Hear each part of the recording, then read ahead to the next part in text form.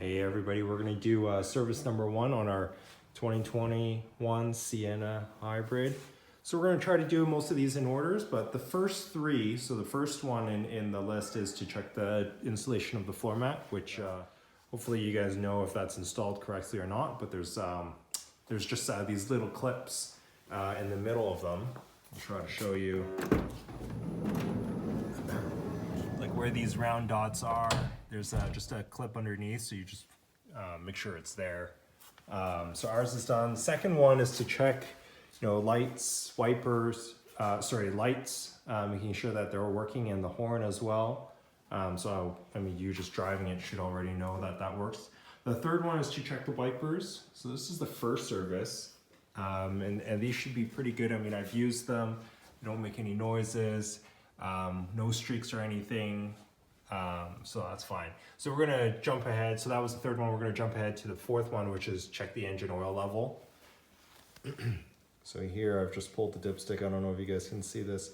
Kind of hard to see with the light on, but it's just perfect. It's so I ran this engine. It's warm, and you'll see it's right at just a tad, maybe 1/4 millimeter below the dot.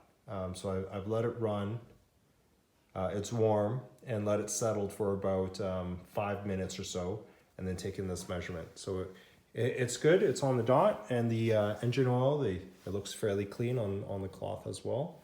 So that's good. Okay, so after the wiper blades, that's the third item. The fourth item is to check your engine oil level and condition of the fluid. So what you'll open up the hood.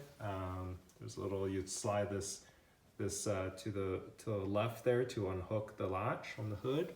You pull up the hood, and then you'll see I already took mine out, but it's a yellow dipstick right in the center there. So you pull that out. You're gonna wipe it. You're gonna pull that out, wipe it, put it back in, take it out, take a measurement, and you'll see on mine. You'll have to sometimes flip this over.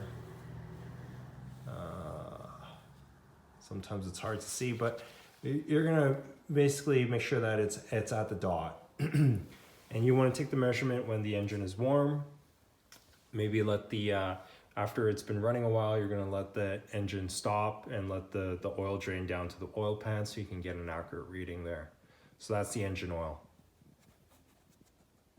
All right, one other thing I forgot to mention is you want to check the condition of the oil as well. So here's a picture of the cloth. I did a pretty frequent oil change for 8,000 kilometers here, which is the first service interval for me, service number 1. And I already did, this is my third oil change. The reason why I did that was I did a break-in, and then I wanted to do another one. But after I do this one, after the 16,000, I'm just gonna go back to a more regular schedule. So it was just the first couple ones I wanted to do more frequent. So the next items on number 4 of the list is you're gonna check your coolant levels. So what you're gonna do is the coolants are on your left. You're gonna have one for basically the engine and one for the inverter. So what you can do is you can stick a flashlight just down, and you'll see between full and low. Again, the engine is warm, not too warm though, I gotta say. It is warm, so it's between those 2 lines. And then same thing on this guy, on the one on the left. You wanna make sure this one looks to be just at full, which is fine considering that the engine is warm. So that's to be expected. Actually, this one I would have expected as well to be at the full line, but maybe it just wasn't warm enough. The other items you're going to want to check is this power steering one. So you're going to come over here, same thing, put the light through, you're going to shine, and you'll see these ones actually have 2 tabs on them. So you'll see a max has a high and a low. One's for the warm and one's for the cold. You'll see mine's in that range there as well. Or sorry, this is not power steering. This is brake fluid. This car has an electronic power steering, so no fluid there. So that was the brake. My bad. And then the last item that they put on their list is to fill up your washer, which if you come down. You come in, you curve around, you come, and you'll see that there's your washer fluid. Mine could probably use a top up, but I'm not going to bother. You can see the level right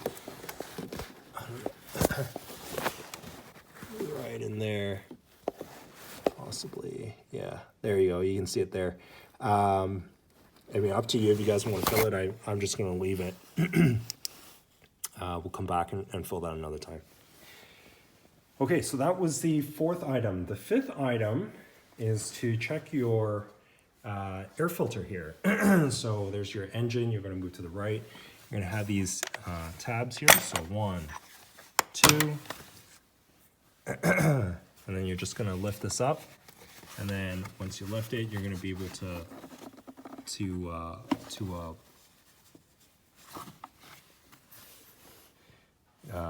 you're going to be able to loosen this cover. Loosen this covers because there's 2 tabs down there, and you should be able to sneak in here and pull that filter out. You're going to check it. I can't do this, so hold on. I need 2 hands for this.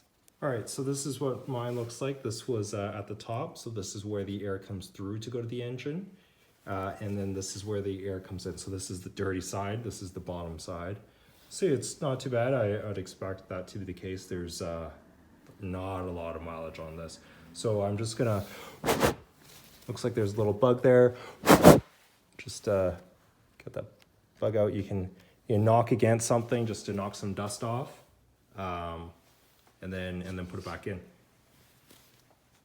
And then putting it back in, same thing, just in reverse. Just before I put this in, I thought I'd take a video of this. Is the original part number that came with the car, the filter. I found this actually to be quite high quality. I'm surprised. I thought I wonder if the ones I get at the dealer are not this grade. I felt this one is pretty well made actually. Anyways, so I'm gonna snap that part number for you guys and put this back in. And just another comment here: when you open up the air box, you're gonna look in here, that the bottom section. You just want to make sure there's no leaves in there or anything. You can vacuum that out if you need to, but mine didn't. It's pretty clean. All right, so then you would be done with the engine up front. You can close that. Next step, number, I think it's 6 on the list now. You're gonna check the cabin air filter. So you're gonna come to the passenger side. You're gonna move the stuff out of your glove box. And then down here, you're gonna see this pneumatic pump, just so that it's off close. So you see it's just a pneumatic. So you're just gonna take this, you pop it out of the clip, move that out of the way. And then you're gonna see right here, there's these tabs that are keeping the box in from coming out. Basically, all you need to do is you need to stretch this out a bit.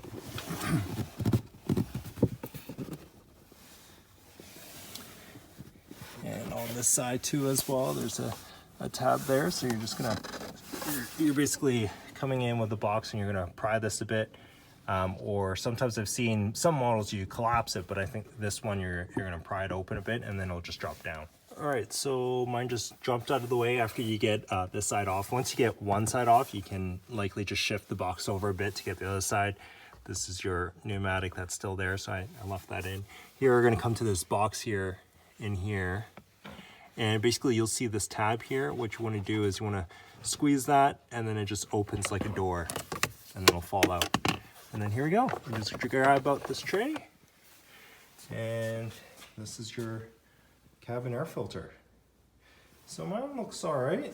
Again, kind of to be expected. I'm just gonna knock this on the ground to see if I can get any dust out. So it looks like I can get some. Yeah, all right, that's good. And then we're just gonna put this back in. So same step, you're just gonna put this tray in. If you did replace yours, you just wanna make sure that the tray says up on this, right there, up. And then we're gonna put our door back in, like so. Yeah, up. It's surprising because this one actually, there are instructions for up. But the door is actually symmetrical. So you'll see like this tab here is where you'd squeeze. So you could actually put this upside down, but I mean, why would you, right? And then we just installed the box back in. So you just wanna make sure that these hooks down here, they go on here and then you push it back in and then we'll reattach the pneumatic piston there, and then put your stuff back into your glove box. Hey guys, so another thing I wanted to show you guys that you guys can do, I've got a shop vac here with an attachment that I would usually use for a blower, but I'm just going to reverse that, just do the socket so I can get a bit more power through here, and I'm just going to go through here and just clean that out a bit. I'm not going to remove that and clean it out this time around, but thought you guys could do that and show you guys, you know, just something to keep you guys aware of. Thanks guys for staying tuned. Thought hopefully this video was helpful. For me, it had saved about 90 or so bucks taking it to the dealership. So this doing it by myself was definitely worth it. All right, thanks guys, have a good one. Okay, so last step here is to do a brake line check and a wheel rotation. What you're gonna do is, if you're gonna do a wheel rotation, which I have winter tires, so I'm gonna do a seasonal switch over. But if you do have a rotation that you need, what you wanna do is you wanna jack up both sides, put them on stands or something so that you have one side of the vehicle, and then you're gonna rotate the front to the back, or the back to the front, front to the back. But if you're doing a seasonal changeover, you kind of luck out because you only jack up one side and then change that out, and then you can go around the car 4 times. All right, before we get started, what you want to do is you want to actually loosen these lug nuts while the vehicle is on the ground. Just loosen them, you don't want to take them off. Reason for that is if you're loosening them while the wheel's in the air, you're going to put some pressure on the transmission and the brakes there. So you don't want to do that. What you want to do is you want to use the weight of the vehicle to kind of help you loosen those. So you'll see that one of this one is a keyed one. So to get the key, if you guys don't know, get the key is you want to come back here to the battery area. You're gonna unclip these. You're gonna find this one. You're gonna find the key just sitting in here, which is great design. So you're gonna pop that off. The lug nut size you want to use is a 13/16 inch or a 21 millimeter. So you're just gonna use that to loosen that. All right, so first things first, we're gonna use, not supposed to use a torque wrench to loosen them, but I don't really have much. So you want to use a cheater bar or something, and you want to do this in a star pattern. So you want to do this one down here, and it's always opposites. All right, so we're gonna start with this one. And we'll loosen them on all the way through. Okay, so I got this on jacks. Normally you want to put a jack stand, but since I'm not going under the car, I just have it on the jack. Hopefully this will be somewhat quick. I've got a little wooden block here just to separate the two from the jack point. Next time I'm just going to use the foam here, but I thought I'd misplaced it. Turns out it was just in the pocket. Here, so these were already loosened. I've already taken one out, but you just want to proceed to take the rest of these out. And this is off the ground, of course. So take off the wheel, we'll be back. All right, so we took the wheel off, set it aside there, and notice that these ones actually had like a little washer on the lug nuts, which is pretty cool actually. I kind of like that. Ones I'm going to be putting on won't. I'm not going to reuse the same lug nuts. I have new ones, so I'll use those. But in here, while you're in here, you're just going to do a general visual inspection. Nothing's kind of leaking, nothing is broken. Everything looks good here. You can even take the opportunity to look at the brake pad thickness kind of in there.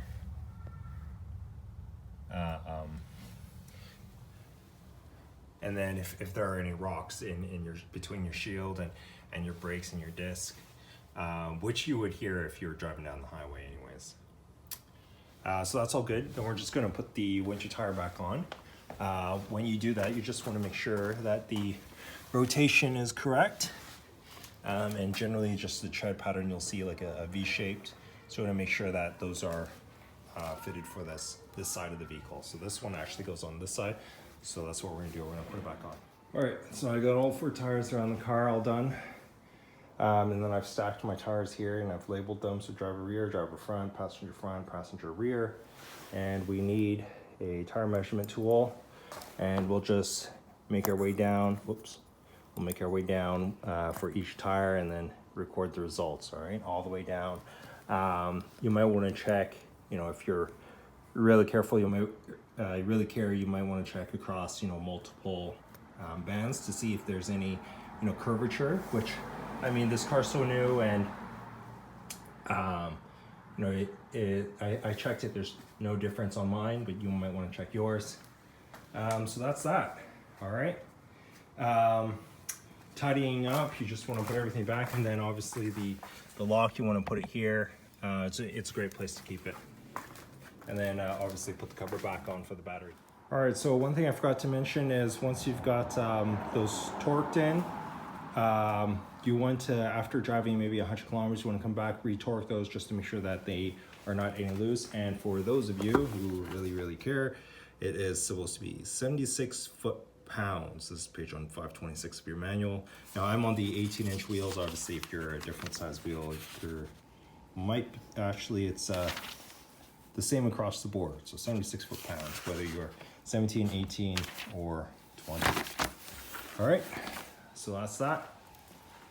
All right, everybody, so that's it. Hopefully you've seen everything in order here. That's Toyota service number 1. Hopefully that has helped you save a few bucks here and there and giving you the satisfaction of knowing you did the job right. So last item here is you just want to hop into the driver's seat and reset the schedule. So double tap on the power button. You're going to scroll across to the gear icon there, and then you're going to rotate down to vehicle settings. You're going to hold the OK, and then rotate down again to scheduled maintenance. You're going to reset that. If you did an oil maintenance at the 16,000, you obviously do the oil maintenance there. All right. Thanks again, everybody. Thanks for tuning in. And if you have any questions, feel free to leave a comment below, and happy cruising. Bye-bye.